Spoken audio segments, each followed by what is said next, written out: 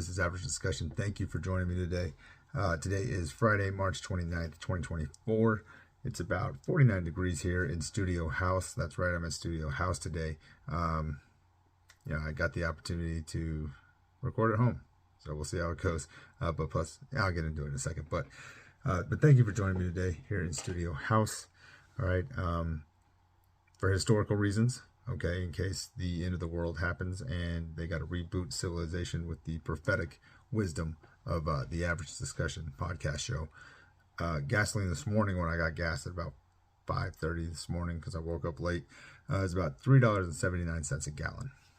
So that's your historical news, okay? But no, I do apologize. I have been pretty much absent all week.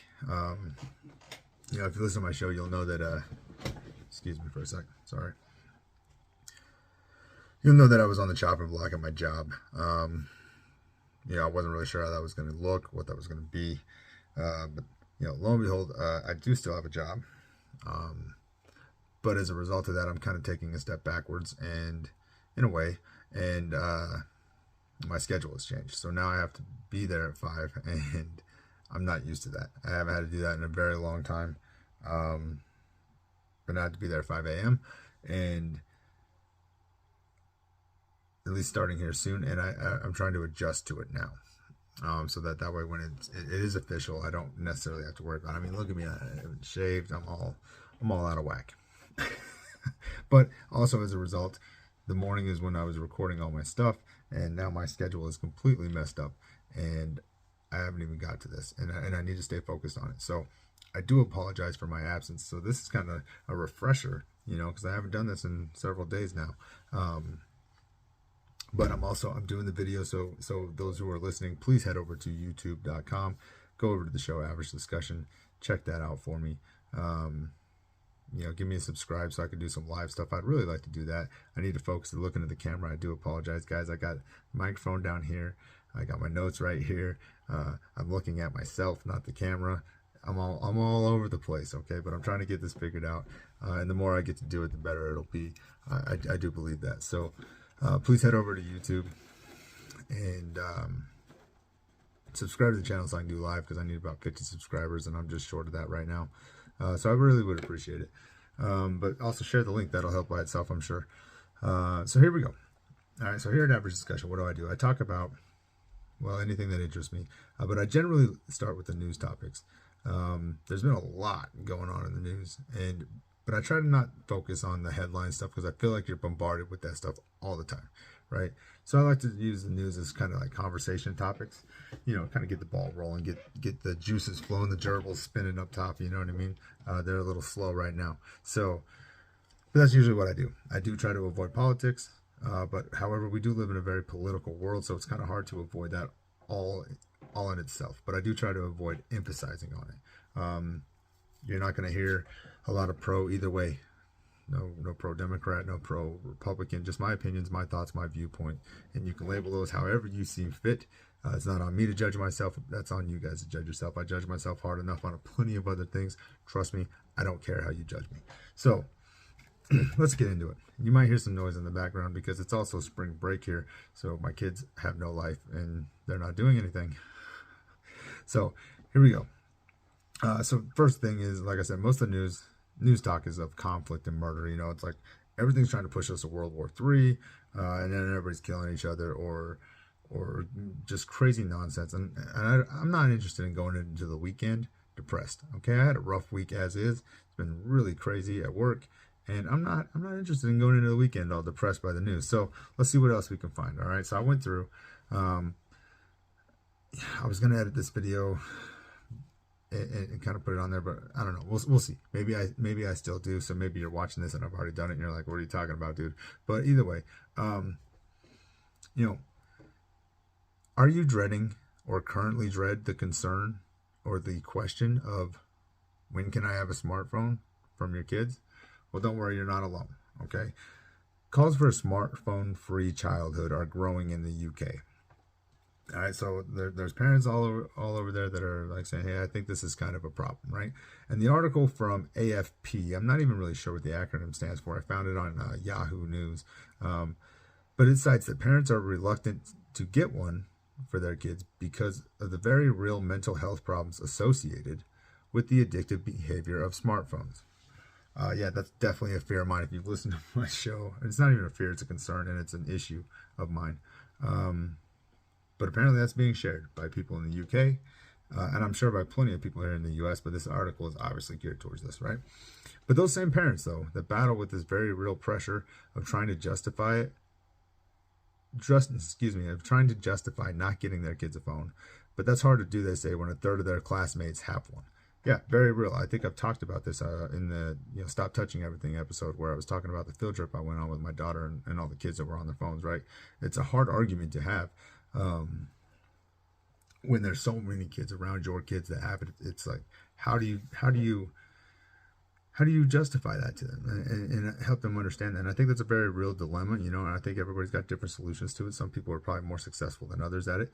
But that's it's a very real problem, right? And so, it's funny to me because a generation that prides itself on, for being outside, drinking water out of the hose, right? And their parents never knowing where they were at. And we brag about those kinds of things. We justify ourselves in those kinds of things, right? But at the same time, we can't avoid the peer pressure, and we constantly give into it, right? And I wonder if it's a fear for our children. I wonder if it's a fear that we have for our children of like missing out on something or being shunned by specific groups of people or something like that, right? Like, I'm sure we can all relate to the fact that there was probably groups of people that we weren't able to associate with because of whatever reason, you know what I mean? Like your family didn't have financial status, or you weren't athletic, or you wore Kmart clothes when everybody else was wearing designer stuff from the mall. You know what I mean? Like just stuff like that. So I wonder if we're projecting some of that onto our own kids, and it's benefiting them to get these phones because we don't want them to feel like they're different or left out. You know what I'm saying? Very interesting. I don't know. It's just weird to me, because we cave on it, but yet we're so proud of how we came up, and then we're literally quick to hand them things that are going to obviously be different than how we came up, right? Very interesting. But many of these concerns are echoed in the U.S., the article said, to include American psychologist Jonathan, I don't know if I'm going to say this right, Haidt, I don't know, Haidt, and his book, The Anxious Generation. I might actually pick this up and read it. I've been trying to read a lot more books because I don't know if you guys listen to my show. Every time I read my notes, I can't even read my own notes, and I'd like to say it's because of bad spelling, but the spelling is pretty good. It kind of checks that for me. So, but anyways, in his book, The Anxious Generation, he links the rise of the phone-based childhood, continual supervision by adults, and a loss of free play to spikes in mental illness in young people. I think that's kind of an obvious correlation you can make. You can connect those dots, I think, as anybody. It is a different world, you know what I mean? And it doesn't necessarily mean bad entirely, right? But there's going to be aspects of it that are bad, for sure. Just like there was aspects of, what we did growing up that were bad. We brag about them, but it's probably not a good idea that our parents didn't know where we are. Because how many of us got into things we wish we never would have got into, right? So I'm not going to say that everything's bad, okay? But it is definitely different. And I think you can connect those dots and kind of come to the conclusion that it's probably having an effect on these young people, for sure. This is a quote from him. He says, "Things were getting better and better in mental health, and then everything goes haywire in 2013. We have to basically rip the smartphone out of the lives of kids." And I kind of agree. I mean, I really have a hard time justifying why my soon-to-be 11-year-old really needs a phone, right? I just really can't justify it in my mind. My boys, they're older. 17 and 15, about to be 16 and 18 here really soon, actually. But obviously they're a little different, right? They're out and about more. They're traveling with their sports, all kinds of stuff like that. So I can somewhat justify it with those. But with my daughter, it's extremely difficult for me to try to justify that. And just with my boys alone, I've made this statement plenty of times. Like, I feel like it's a huge problem for them that I don't think they do it intentionally. It's just a byproduct of what's been able to happen, and some of that's on me for not mitigating it properly, right? Like I should have been more on top of restrictions and things like that, and I just wasn't. So some of that's on me, but a lot of it's also on just the culture in general right now, and I think that's probably more of it than we want to give credit to. Just my personal opinion, but I don't know. So let me know what you guys think. Do you think that they're really that bad, or do you think that maybe this is somewhat over exaggerated? Because I think both arguments are fair in that. If I'm being realistic, I think that both arguments are fair. So have you guys seen this eclipse madness stuff? Listen, I'm not going to get into it because I know that this is also all over the news, and it's at least my social medias. It's all over the place. Crazy theories about this eclipse. But April 8th is supposed to be an eclipse. It's supposed to go through what I would call the Midwest, but I know the Midwest doesn't call that the Midwest. But it's going to like the central part of the country in a way, a little bit more east than center, in my opinion. But I'm not a scholar. I can't even read my own notes. But if you don't know where it's at, it goes through like Texas and then up northeast from that, right? Anyways, there's all kinds of conspiracies about it. There's apparently been some emergency style alerts kind of put out and warnings put out by certain states in preparation for it, and that's got a lot of people jumping off the rails with it. The Washington Post had an article that said eclipse towns have two big concerns: traffic and porta potties. And you know what? That is legit. That is actually something I didn't even think about. Porta potties, traffic, obviously, right? Because everybody's going to be traveling there to see it. I think in your head you're like, yeah, that makes sense, right? But do you have enough places for these people to go to the bathroom? And what does that look like? What's that going to cost the cities? Like, that's kind of crazy to actually think about. But so according to that article, those are some of the two big concerns. But my thing is all these crazy theories about the eclipse. Back to those alerts in preparation for it, right? So obviously they're looking towards the effects of the projected amount of people that are going to be there to witness it, right? Because it's a celestial event. We always, thankfully we're not sacrificing people. Well, maybe we are. I don't know, but it's not common practice to sacrifice people, right? But we are interested in it as a people, and there's going to be people going to witness it. And what does that look like for lodging, traffic, supplies, like grocery supplies and things like that? Stores that would normally have an adequate supply of stuff for the community that they provide it for are probably going to run out of a bunch of things, right? So I don't know that it's exactly far-fetched to tell people, hey, buy this stuff ahead of time so that you as a community are okay, because they're going to leave, they're going to go back home, you know what I mean? But you're going to be stuck having to kind of deal with this gap of supply because of this, I want to say unintended, but they know it's coming, so maybe they can plan more accordingly. But I don't know. I'm not going to get into the logistics of it all, but that kind of makes sense, right? But the conspiracies are running rampant with everything from like World War III is going to kick off. I saw one that says the continent's going to like split in half and we're going to be flooded. And if that's the case, I live here in Utah. I'm supposed to be underwater, so my next podcast might be from a submarine. I'm just saying. And then of course, obviously the end times from the book of Revelation, like that's everywhere. I saw this thing that said it's been 7 years since the last one. It goes through 7 cities called Nineveh, and before that the last one went through 7 towns called Salem. I don't know.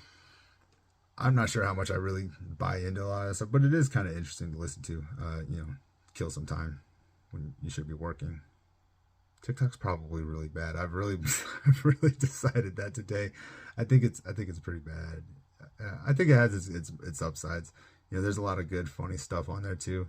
There's a lot of very creative people, and it is nice to kind of see that stuff. But it does allow people to run rampant with just wild theories. But hey, I mean, what else we got to do? It's the end of the world. Just ask them.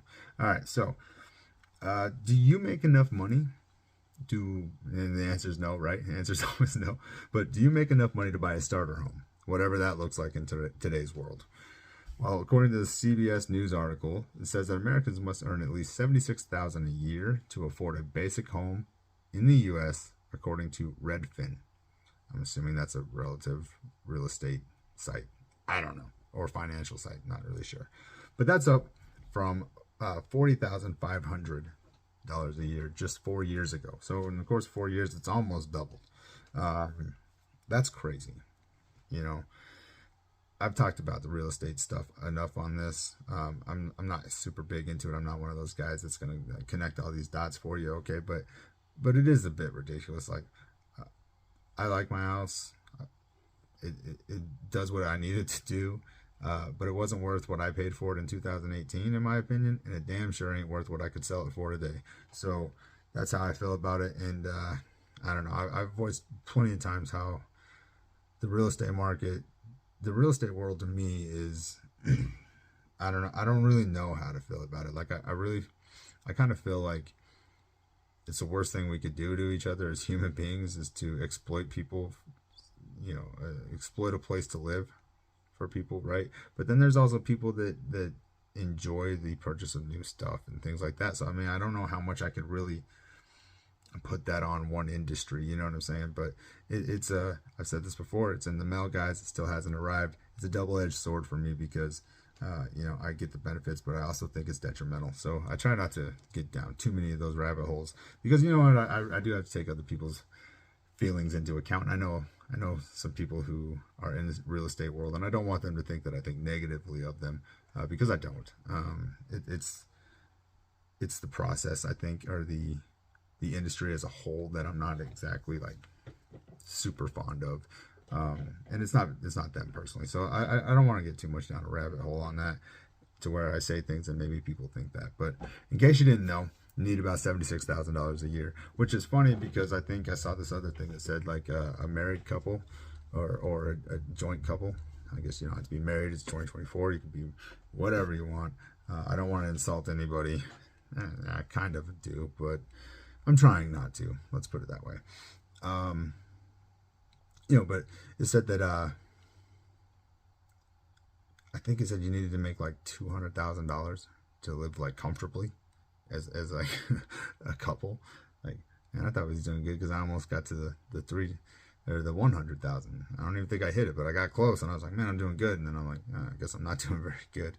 You know, whatever. Thanks. But better solutions for growing food may be on the chopping block, right?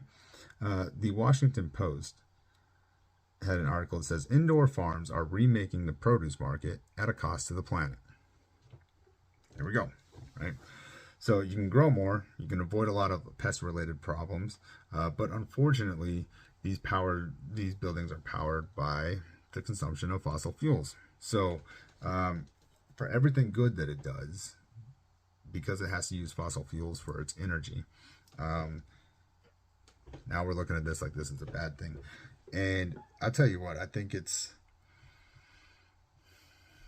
probably better to burn fossil fuels to grow food than to burn fossil fuels for plants that, I don't know, produce just shit. That's my opinion. At least this is something that's beneficial to the human species. Yeah, but I mean, I guess that's kind of the shtick now, right?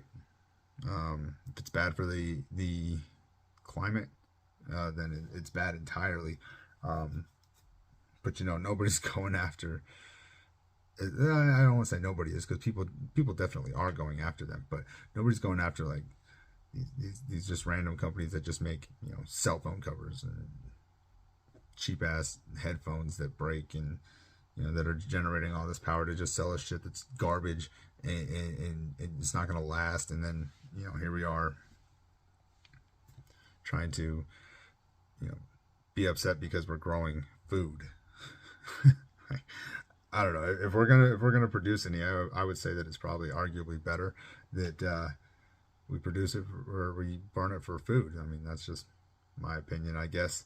Maybe that's shared. You let me know. Is that shared by you? I'm really trying to look at this dang camera, but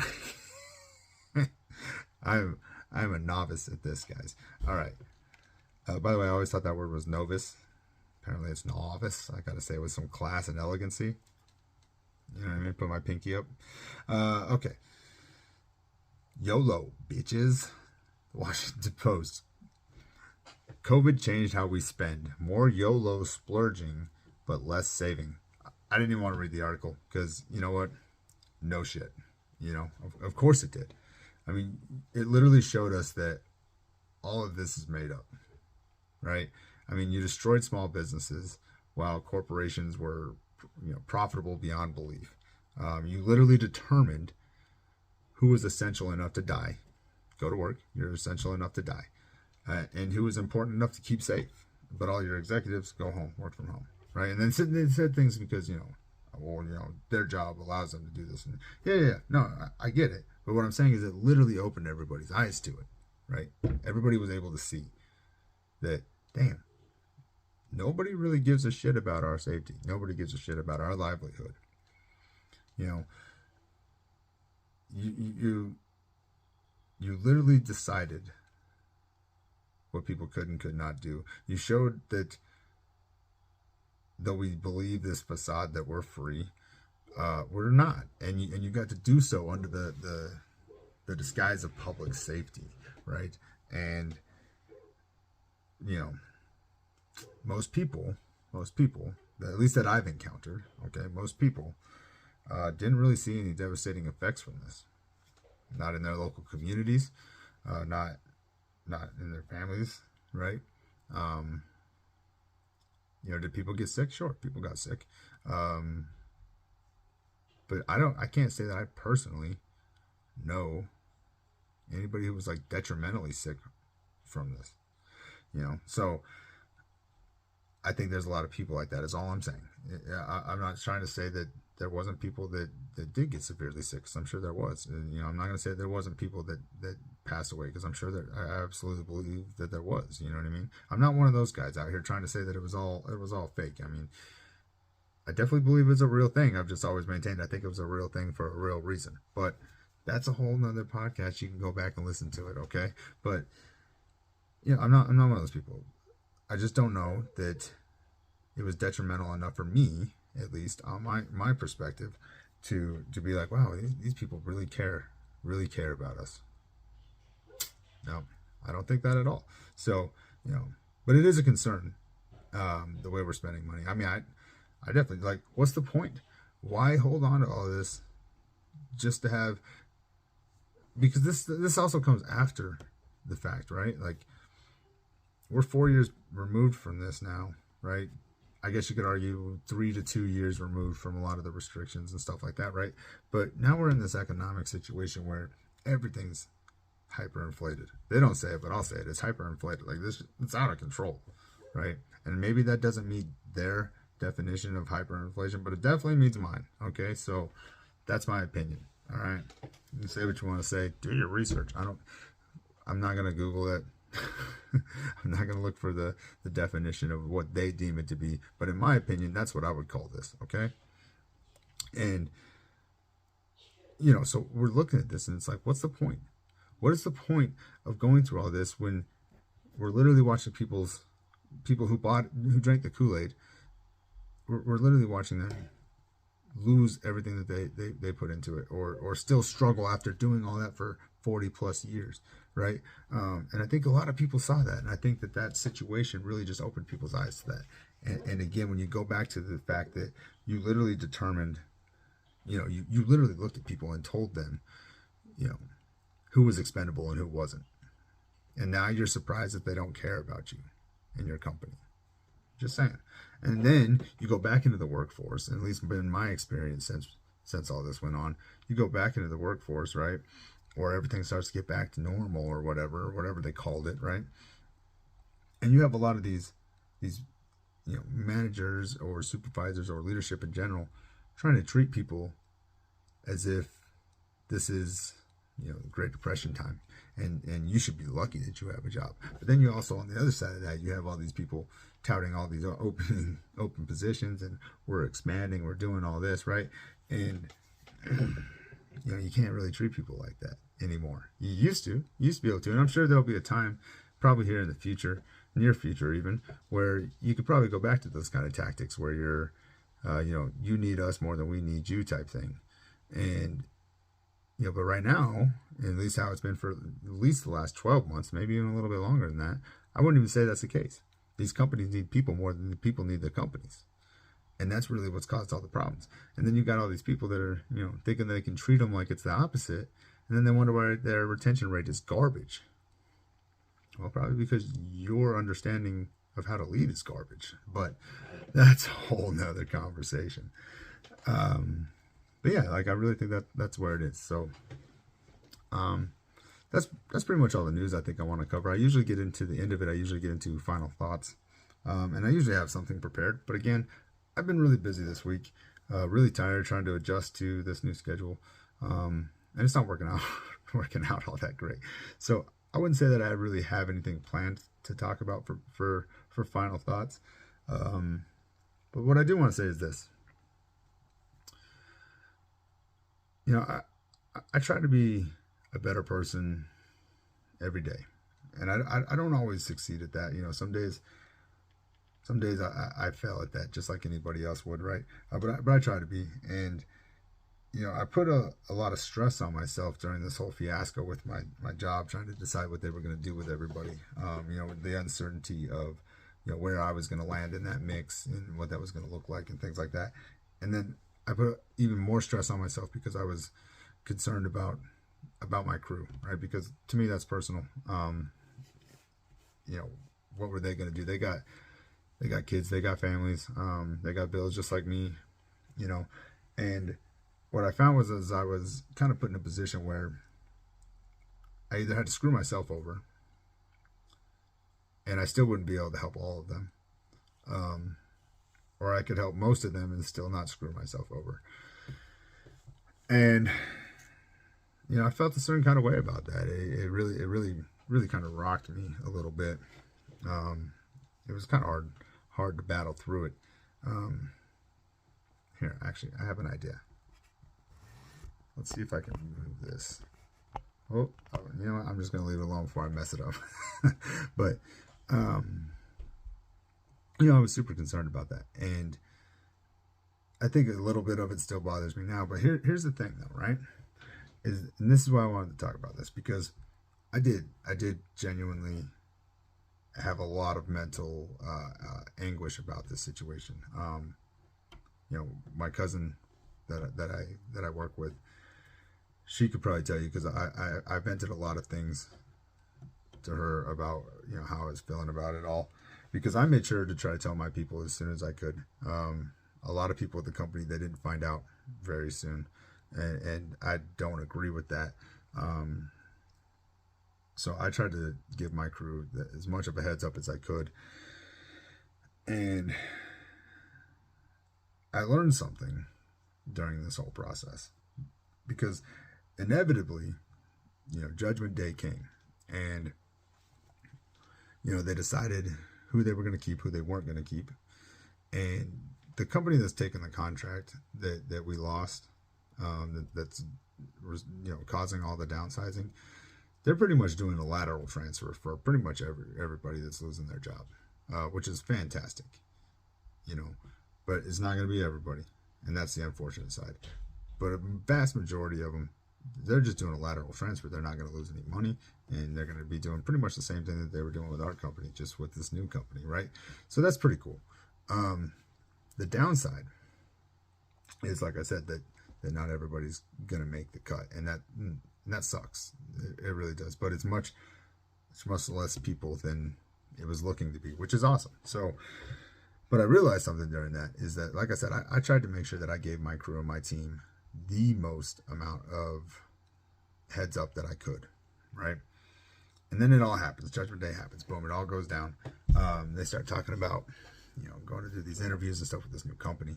And what I found is that a lot of people just buy into the animosity of others, right?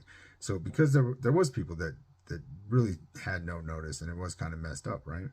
But then even my people that I gave at least another 2 weeks of notice to, were walking around pissed off, saying how messed up it was that they just dropped this on everybody. And I was kind of taken back by that. And in a lot of ways, I was actually mad because I was like, no, dude, like, I don't think you understand how much I wrapped with this mentally, because I didn't know what to do. But the one thing that I knew I needed to do was give you guys as much time as I possibly could. Once I had as much facts as I could get in the moment, I told you guys. And now you're walking around pretending like you didn't know this was coming because your buddies just found out. But don't blame me for that. Don't sit there and say that, like, oh, they just threw this on. No, dude, I told you 2 weeks ago that this day was coming, and that you should start getting things in line. Right? And then, I had to listen to all these people complaining, which they had valid reasons to complain. I'm not knocking the reasons they complained, right? But after hearing it, right, I started to realize that most of them probably should have been fired a long time ago anyways. Like, arguably for plenty of things that they probably should have been fired for a long time ago. And they weren't. They weren't because it was convenient to keep them around. You didn't have to train new people. Most of what they did wasn't super dramatic or impactful, but arguably would have got you fired at probably a lot of places I've worked before. And they didn't, because it was convenient for the company. And it made our job as supervisors and managers easier. I mean, really, that's the truth of it. We didn't have to train anybody. We didn't have to go through and do anything. You know what I mean? It made our lives easier. And, that's a failure on our part for sure, in my opinion. Myself included. Like, I held on to a guy for a lot longer than I probably ever should have, for that reason, because I didn't want to sacrifice my off time to cover down on his absence, which I would have had to do. And I should have just bit the bullet, because it's how it ended up anyways. So that's a failure on my part, right? And I'm not going to sit here and say that there wasn't failures on management or supervisor level, because there definitely was a huge part of it, I'm sure. But these guys should have probably been fired a long time ago too, and they weren't. And so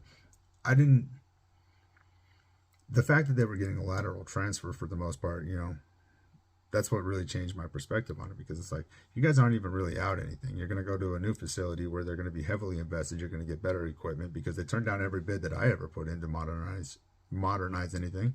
So now they have the incentive to actually modernize some of it. So it's going to be a better facility, better equipment. And you're not losing any pay. You might lose a week because of payroll transfer stuff. I don't know. I don't know what that looks like, but you're not taking a pay cut. I'm taking a pay cut. So what are you mad about? And that's that. So I learned that the reason I wanted to bring this up is because,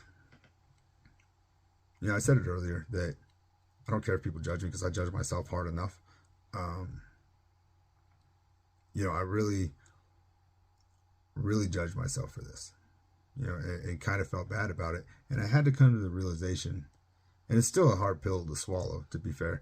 I had to come to the realization that, I am not the reason that things ultimately came down, right?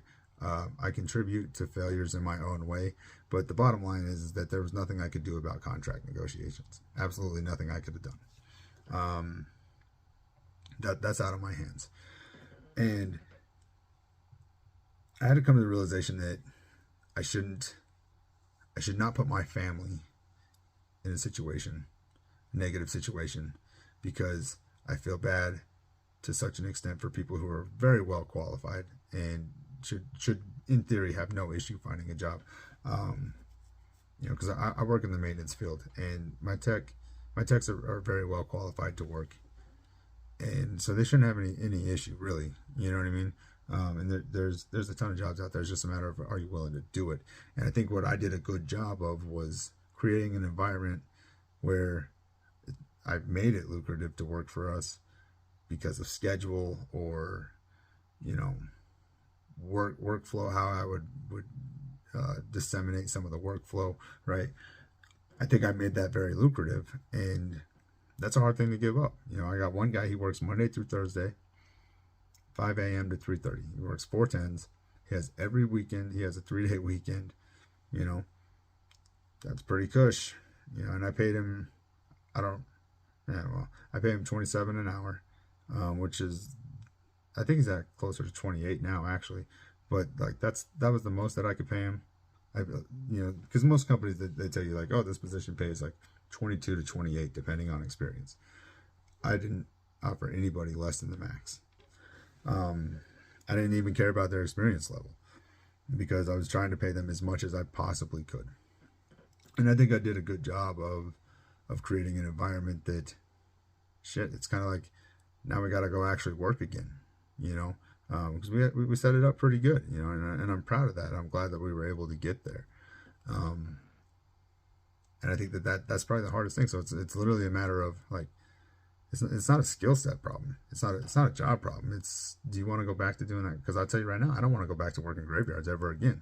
I did that for 2 years at another plant, and I'm good, man. Like there's benefits to it. Don't get me wrong. Like, management's always gone.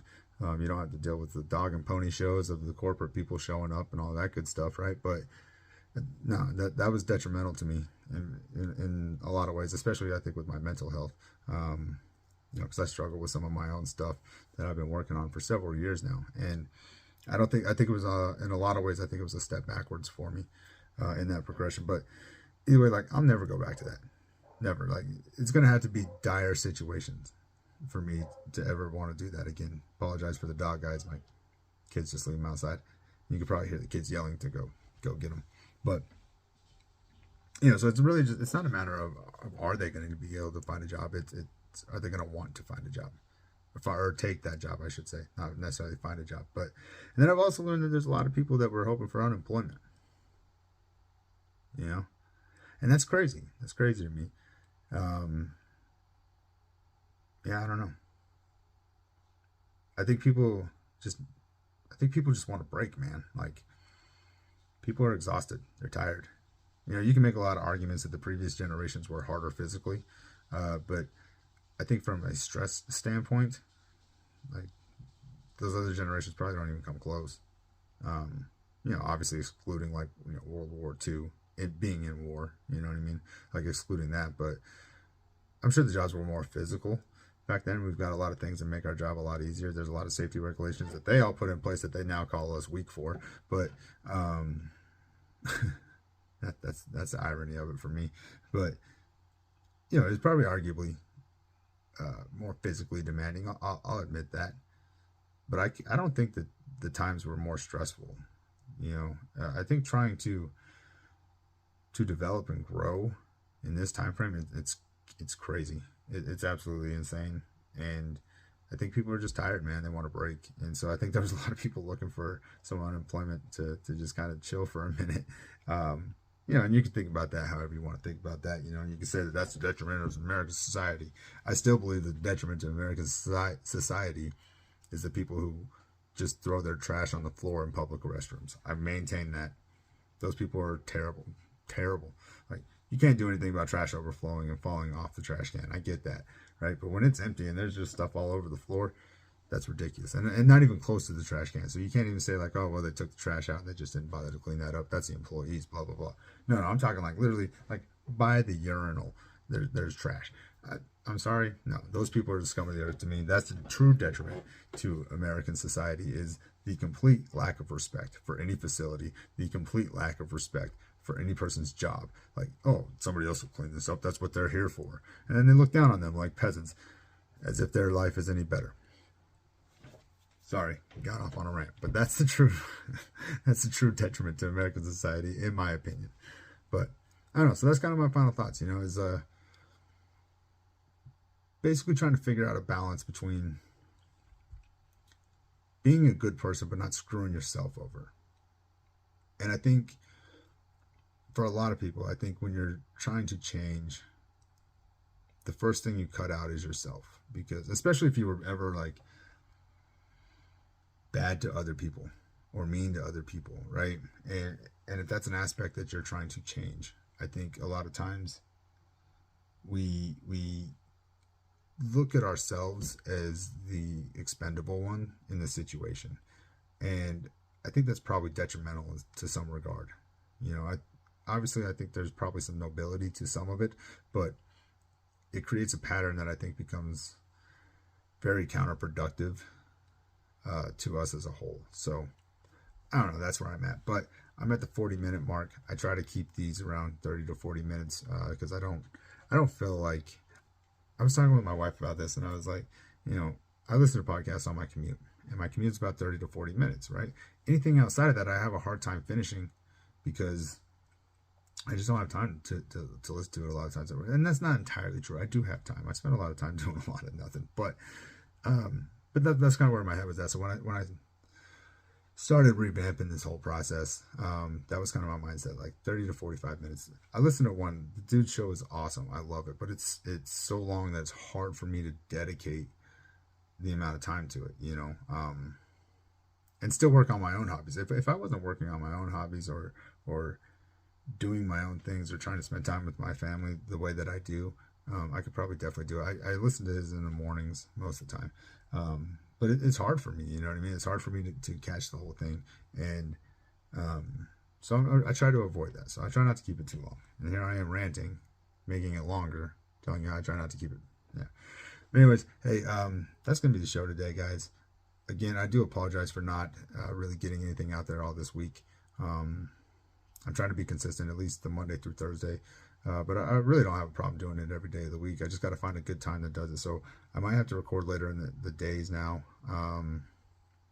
which I don't know how I feel about that. I thought it was kind of cool being able to catch this show in the morning if you wanted to. Maybe I'll have to record it at night and just upload it in the morning. But then I don't feel like the news is fresh. And that's what I wanted, was fresh news. But I don't know. I'll figure it out. I hope you guys stick with me. I hope you enjoy the show. If you haven't done so already, please go over to YouTube, youtube.com. Look up the show Average Discussion. Subscribe. I'm pushing it like I'm going to put some sticker there or something, or button. I'm probably not going to. But please subscribe to it, share it, all those things. You can find me on the socials, Facebook, facebook.com/Average Discussion. On Instagram, Average Discussion. Twitter, or X, formerly known as Twitter, at AVG Discussion. Threads is weird still, but hey, whatever. It's another way to advertise.